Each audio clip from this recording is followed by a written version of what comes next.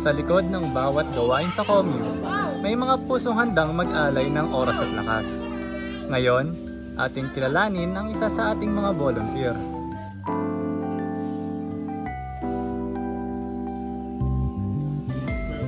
Hi, ako si Shaina Giyab, pero pwede niyo akong tawagin Ina. Ako ay isang fresh graduate from Ateneo de Manila University, in Management Economics.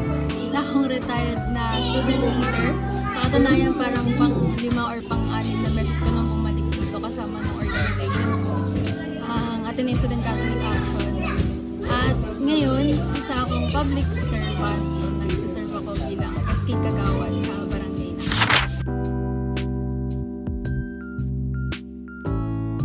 Nakilala ko ang Liwanag at Dunong kasi marami akong mutuals talaga na nagvo-volunteer sa Liwanag at Dunong. At ang pagkakaalam ko din, parang sila yung nagsimula talaga nito. Pero mas nakilala ko siya kasi unang nag-volunteer talaga yung ate ko. So, ayun, parang mas natutunan ko, ay parang mas nalaman ko, mas naging formalized siya nung si ate ko na yung nag-volunteer sa Yung pinaka nagtulak sa akin na mag-volunteer talaga is yung curiosity ko sa kung ano yung mission and vision ng Liwanag at Dunong, para saan yung ginagawa nila, saan sila pumunta. Kasi yun nga, katulad na nabanggit ko kanina, yung ate ko talaga yung naunang nag-volunteer. Tapos nakakapukaw lang din ng pansin. Tsaka parang nakakagaan ng loob, nakakagaan sa puso tuwing umuwi siya. Tapos ang dami niyang bitbit ng mga kwento ng mga kapatid natin Aita. So parang yun yung pinaka nag-push sa akin na ano kaya yung passion, saan nakukuha ng ate ko yung passion niya na bumalik kada linggo. And gusto kong maranasan yun first.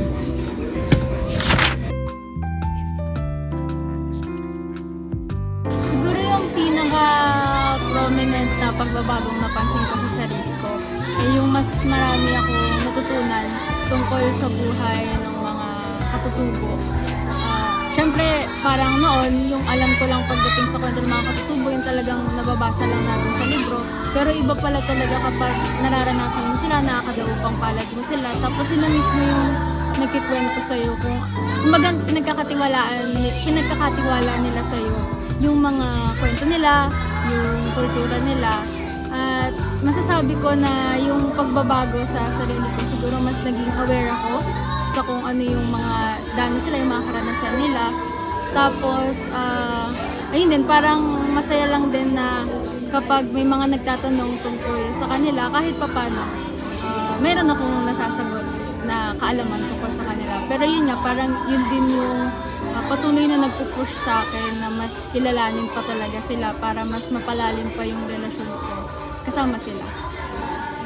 Masasabi ko na mahalaga ang pag-volunteer sa Aita Learning Center at Liwanag at Dunong dahil hindi lang ito pagbabahagi ng kaalaman, kundi pagbubuo rin ng mas malalim na unawa at pagpapahalaga sa kultura ng ating mga kapatid na katutubo, ng mga kapatid nating Aita. At masasabi ko na sa pagtulong, itutulungan natin silang magkaroon ng higit na oportunidad, yung empowerment. No? At bilang mga volunteer din, no, na ipapaalala natin na tayo, no, lagi tayong may pananagutan sa ating kapwa. At upang itong pananagutan na ito ay kailangan nating gampanan, no, upang sama-sama talaga nating makamit yung tunay na kaunlaran.